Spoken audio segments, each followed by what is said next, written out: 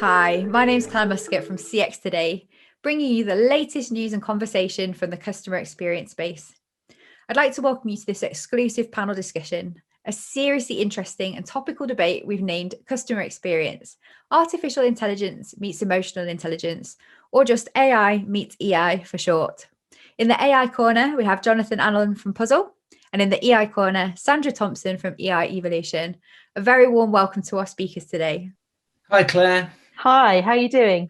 Awesome. It's so great to have you here today. We are thoroughly excited to begin the debate around emotional intelligence and artificial intelligence and to be thinking about what the future might look like. So I think I'm just going to jump straight in and ask you, Sandra, for anyone who doesn't know, what exactly is emotional intelligence? Well, there are plenty of definitions out there, but for the purpose of this session, I'm going to go with a Goldman definition, which is emotional intelligence is your ability to recognize and understand emotions in yourself and in others. It's also your ability to manage your behavior and relationships. So it's pretty big. Yeah, and I know, having spent lots of time reading your content recently, there's so much to learn in this area. And Jonathan, I'm going to ask you the same question. How would you define artificial intelligence? Thank you, Claire. So it's an equally big question, and I think often it gets confused as well. So let's start with machine learning, which a lot of people will confuse with artificial intelligence. So machine learning is the ability to train a machine to make a decision based on experience. So an example might be a chat session where it learns on a response from a particular person what should be said next from the available answers on a knowledge base, for example. Whereas artificial intelligence is the ability for a machine to make decisions in the same way that a human does. So it could be predicting someone's behavior or predicting somebody's needs. So way more complicated, but as I said, sometimes confused. Yeah, so interesting. And I guess, Sandra, like when you see artificial intelligence in the scope of how humans interact with one another, and as you said, understand each other's emotions and react and respond in a way, how similar or different is it?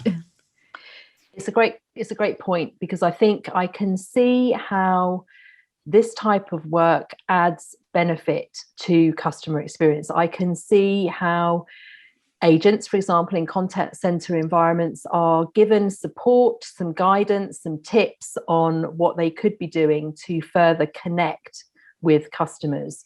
But I sometimes get a bit worried, I get worried when we think about machine learning, because the fact is we are all individual and our emotions are vast.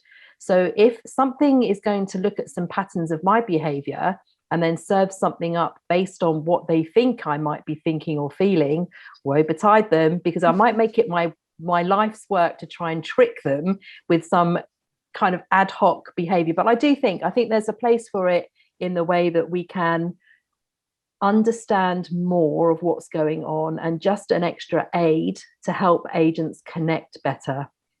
Okay. So John, actually, I'm going to ask you for some more specific examples then. So in the contact center, say, where would typically machine learning and or artificial intelligence be best used? Yeah, and before I answer that, I'd like to say that I completely agree with Sandra, by the way. So I think, artificial intelligence can be used to extreme good in some situations within a customer experience, but others, I think we can't rely on it. So a good example of artificial intelligence would be a person contacting, going onto a web chat, for example, let's use that again, and asking a particular question. And the words that people use aren't always exactly what they mean. And so the machine having the ability to understand based on past history of that person, maybe monitoring speech analytics when they've been speaking to someone on the phone, being able to make a decision about what that person actually does want and presenting them with a solution would be an example where I think it's really beneficial. If you're looking at examples of machine learning, it's the ability for, let's take another example where you are using technology to help an agent do their job. And it could well be, based on what we've seen before, here's a script or some questions that we think will, or the machine thinks will work best in the next scenario to get that customer to the point of satisfaction, or the point where they've been able to solve the problem. So I think those are two examples, but as I said, I completely agree with Sandra that I think we need to be a little bit careful in the way that we use it, because there's something special about humans that I think AI is a long way off being able to replicate. So I've got a bit of a technology geeking question to ask you about this, John. So where does the information that the AI or machine, where does it draw the knowledge from in the first place? So machine learning will be pulled from exactly what you said, so a knowledge base. And so in situations like that, the time that needs to be spent educating a chatbot before you turn it live is actually the difference of whether that experience for a customer will be a good one or a bad one. And so I think a lot of people think, okay, well, I can turn a bot onto my website and it's going to start giving value. It's only as valuable as the information that's sitting behind it in the knowledge base. What it then can do is, over time, learn through experience of which answer within the knowledge base is more likely to create a positive outcome for that customer. Machine learning is completely different, and it's putting all of that information into a store and allowing the machine, in the same way as our brain would, to decipher what they think the question is, what they think the answer is, and aim to bring in, as Sandra says, a piece which is the emotional intelligence, which a human possesses, and as yet we haven't managed to get a machine to do the same thing. To replicate. And Sandra, I've been reading a really interesting book called Homo Deus. Don't know if you know it, by Johann Harari. And that positioned something around like the similarities between humans and algorithms, and positioned like basically that humans are essentially like computers and programmed throughout their lives to respond to things in certain ways. When it comes to emotional intelligence, how similar is that really? It's a great question. So we know that when we're growing up, we are influenced by the adults in our lives, whether that's our parents, our teachers, our aunties, uncles, whoever they are. So we often adopt their values and their beliefs. So you could say that's a bit like a machine. The machine is learning what it needs to look out, which is significant, and it will then create an imprint. However, the meaning we give emotions and the experiences we have throughout our lives, our change of reference, the way we frame things is continually evolving. Now, if I said to you that I absolutely hate sprouts, I hate sprouts. I have hated sprouts all my life. And then about a month ago, someone cooked them in a completely different way. And all of a sudden now I am a big fan of sprouts. Who knew? Is it with pancetta and cinnamon by any chance? That's what changed me as well. Exactly. So, I mean, it's a bit of a ridiculous example, but what I'm trying to bring to your attention is the fact that everything changes all of the time. Our perception of things, our views of things, even some of our beliefs will change when something dramatic happens, you know? So I think that it's really, really difficult to say that we are that predictable. Of course, there are some habits, there are some things that we generally do, but it's too easy for us to say that we are predictable species. And that's the beauty of us. We're not. So we have to be really careful in trying to kind of pigeonhole, well, they made that facial expression, so therefore they must be this, or we use this type of language, therefore they must be that. Things change all of the time. Yeah, that's what I'd like to say in answer to that question. Interesting. Yeah, and I think that's where the you know, with customer experience or customer service, that's the piece where it's going to be extremely difficult to replace a human being. And you know, I think about you know, when my wife comes home at night, I can tell by looking at her what kind of day she's had.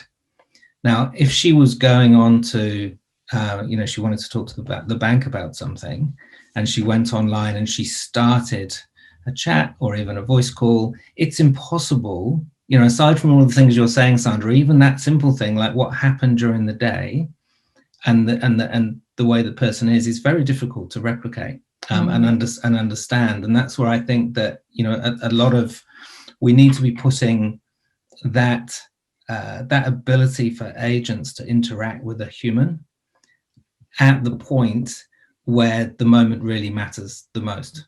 And if we can do it by using some of the technology that we've all learned to use over the last 12 months with video, then we're really, I think, on the cusp of doing something really quite special with customer experience. I'd like to go back to what customer experience should be. So customer experience should be everything runs along smoothly with a few moments of thoughtfulness or kindness or something that stands out from the crowd. We're all interested in things running smoothly, but it makes everything bog standard. And when a competitor comes along, we're moving to the one that makes us feel good. Mm-hmm. And I think that while AI and machine learning can help us get the standard going fine, it's those moments of connection. We are built for connection. So when an agent says to me, I imagine that must be terrible, let me see what I can do and let me change things around for you, they've got my business every single time, because every single moment has a different, it can go in 100 different ways. Maybe one day we will get to a position where these machines will give us 100 different opportunities. But you're right, it's the view, it's the sound, it's the absence of the sound, it's the tonality, it's all of those extra amazing things that make us human that are all signals for us to be able to create those amazing emotional connections. And I don't know when the machines are getting there. Maybe they will, maybe they won't, I don't know. Yeah, and I think what you just said is a great example about, first steps that we can make.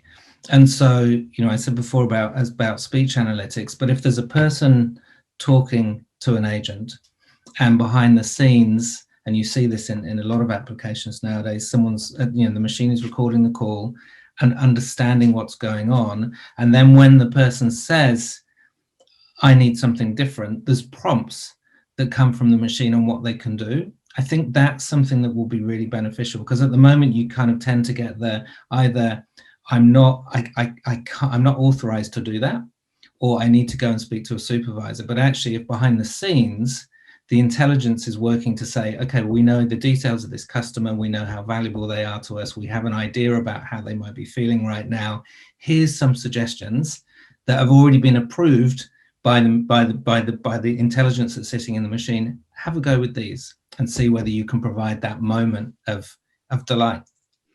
And that's the beauty, isn't it? Because ultimately what you're doing is you're making decisions easier for the agent, which makes them more empowered, which makes them feel good. Because ultimately, I imagine, in fact, I can't even imagine how much information agents have at their fingertips, how many screens they've got to go through, and the need to keep the conversation going in a flow that keeps the customer engaged. That kind of intervention, amazing. Bring it on. Okay, so I'm just going to round up where we've got to so far. So it sounds like we're saying that there's a real opportunity to complement humans with artificial intelligence to provide knowledge, information, suggestions, prompts based on what the machine is hearing through things like conversations or through written text. It sounds like, in a way, that the algorithms could be more consistent in the future if they've been programmed correctly and taught and learnt based on an accurate level of knowledge. So how does, this is a bit of a technical question, how does the artificial intelligence recognize when a customer needs to speak to a human? How does it pick that up? So it will do. I mean, it will depend on every person. It could be as simple as we normally see these collection of words being used by customer X, but they're using different ones, and we associate those different words with the fact that there's frustration or there's anger. It could be as simple as that, and then it's predicting that it's time to bring a human into the conversation. It could be done The other way, which it is, okay, so how can, and think about this as being a proactive experience, based on the information that's been provided over time and the use of whatever service the person is a customer of, we think that now will be a good time for a contact to happen as an outbound proactive contact, for that moment of delight that Sandra was talking about, that then can get the agent involved. So I think there's two sides of it. There's, okay, when do we think that is a good time in that customer experience to reach out to them? They're not expecting it. It's a good time to do it. We think we can solve something before it happens. Or we think there's frustration, or this is taking too long, and how do we then pull the agent in? Because I think, where artificial intelligence and machine learning really can help is condensing the time that it takes to resolve really simple questions. And I think that's where we'll see real value, that the simple question that someone might want to fix just from doing a social media chat, for example, is done in a really good way without an agent even needing to be involved. And the ones where it becomes more complex, then an agent's dropped into the conversation. Interesting. And then Sandra, I've got a question about the human side. So can agents be trained to have better emotional intelligence? So let's say this has all worked swimmingly and the chatbot has or any form of AI has helped to engineer a situation where it's now down to that person to be able to deal with something difficult. Is it fixed, or can it change in terms of our own emotional intelligence?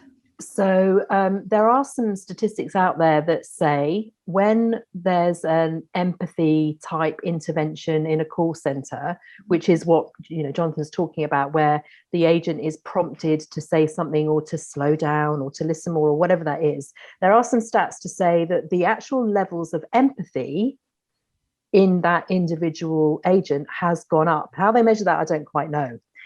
However, we know that empathy is just one part of emotional intelligence. And the key thing about emotional intelligence is self-awareness and self-regulation. So how you understand what's going on in you and how you're able to balance the emotions that are going on. So a lot of this conversation has been about, here's the agent and here's the customer.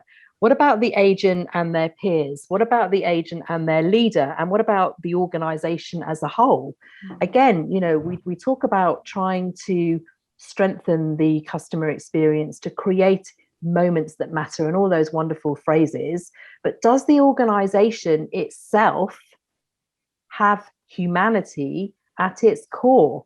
Or is it very, very, very focused on focuses and processes and procedures and rules that prevent the human side of what we need? Now, I have no idea whether I've answered your question, but what I've said, I really quite like. Yeah, it sounded cool. I'm sold. So I think the bottom line here is, I think you can teach people to be more aware. I'd like people to be far more self-aware, and that does take a bit of work yourself as an ongoing discipline. And I also would like to teach them to manage their emotions, because whatever they're faced with, how is the organization looking after those individual agents who must, quite frankly, in the last year been completely bombarded, and they must be worn out and they must be burnt out? How are we ensuring that they as individuals not only have the tools to help them with the customer, but how they've got the tools to help them as individual human beings? Fascinating. And I just wanted to bring in one example that I saw this week, which was, I think it's a Brazilian AI called BIA, BIA. Has anyone heard of that one? So basically it was recognized that customers were actually abusing this chatbot and saying really, really awful things to the chatbot, and they would say similarly awful things actually to agents too, especially female agents. And what Bia has been programmed to do is actually to tell people it's not okay to speak to her that way. I just wondered, in terms of like the AIs of the future, like how much kind of personality and humanity are they going to have when it comes to interacting with people? Yeah, I mean, I don't know whether that's humanity, that's trying to teach people to be how they should be, and I think that's more algorithmic, but they will have to have personality, and I think that will be the point at which, when we overcome that, it's when AI will really become thinking like a human. And so, when that comes, we don't know. You could argue it might not be a great thing if it actually did come to that. But I think, it's interesting what you both just said about, treating people properly. And we've seen that during the pandemic as well, particularly after Christmas. People started to be quite abusive in some situations in a contact center. And, that needs to be, it needs to be stopped, doesn't it? And if we get a machine to do that, great. I have a question for you, Sandra, which is about the emotional intelligence, and I have a hope that what we've learned during lockdown is that that call center agents become, in the future, even more the face of the brand than they have in the past, because we've learned that we can communicate. We've learned that they, when everything else falls off, they become what the brand is. I think that they're going to start getting more skilled in the jobs that they do, and I think they're going to start getting more training. Do you think that part of the hiring process will be making sure that people have got that EQ to be able to do the job in the way that would be the best for them as a person doing the job, but also the customer that they're supporting? It's one of my dreams, actually, Jonathan, that we ensure people come in who either have the willingness to learn. That's one thing. So we're talking about a growth mindset, not a fixed mindset. And secondly, that they have indicators of, which means that they actively listen, they ask smart questions that prove that they've been listening. But I kind of want to turn it around and say, we need to revise the interview, recruitment, attraction process to get those types of people to come to the organization in the first place. Because I perceive there are a number of brands who will support and encourage EI within their organization. And there are those that are phenomenal in emotional intelligence, and they don't hang around because they perceive that they're not being able to do what they need to do. So in short answer to your question, I hope that more of those types of skills are being requested of people before they rock up to interview. I'm starting to see empathy officers. I'm starting to see director of emotion, or definitely those terms are starting to filter through, but you need a sea of them in order for them to be able to support one another. So I hope that at some point there will be a really active campaign to try and up that as a requirement for certain roles, for sure. Yeah, that's my hope too. And I think once they're in, this is, another example of where we can use machine-driven intelligence, that the machine can effectively assess the call and could give coaching in a way that a team lead normally would, but they can only do it when they can listen to a call, and the machine will be listening to all of the calls. And to actually be able to assess that conversation, I think it's 100% something that can be done within call center solutions to help improve the skills that these people have. But yeah, I think EI needs to be what they're recruited on going forward, particularly the brands that really want to be successful. In the same way, though, where NPS as a measurement has been taken out of context and is used now in a way that was never its original intention, I welcome the idea of a machine giving me some counsel and some guidance, but as long as it is understood in the context of the whole human experience. Because what we don't know, unless you tell me that the machine will be able to do this too, what's going on for the agent? What is actually going on in their lives? What's making them show up the way that they're showing up? Have they just had a row with their team leader? Have they just had a snotty text from one of their mates? So we need to be sure that however this feedback is presented and however it's used is done in a way that is intelligent with the people around them to support them on that journey. Yeah, I mean, a really rudimental way of doing it, and something that I've been talking to some people about, is actually gathering people's feelings before they start the session, and actually then you'd get some kind of. So I agree with you, but I think that there are some small things that we can do to capture agent state of mind before they start their shift, and potentially even going through, which could help be used to provide that coaching. Because I agree, you don't know how someone woke up that day. The only challenge I have with that, Jonathan, I'm just going to offer it up now for consideration, is if you're asking them to choose one word or to use a set of words, you also need to understand the meaning that they are attaching to those words. So however you're measuring that emotion at that time, perhaps a short video where you hear the tonality, you see the facial expression, you see the body language, you see what's missing from what they're saying. So you get more of a picture than just relying on words, because the fact is we are limited by our vocabulary. Those people who have high EQ have a wide lexicon, a wide range of words they can use. So I guess my invitation to you is to ensure that however you're checking in with that agent at the start and comparing it to the finish, think about everything that we do, all of those signals, everything we do to communicate. Yeah, completely agree with you.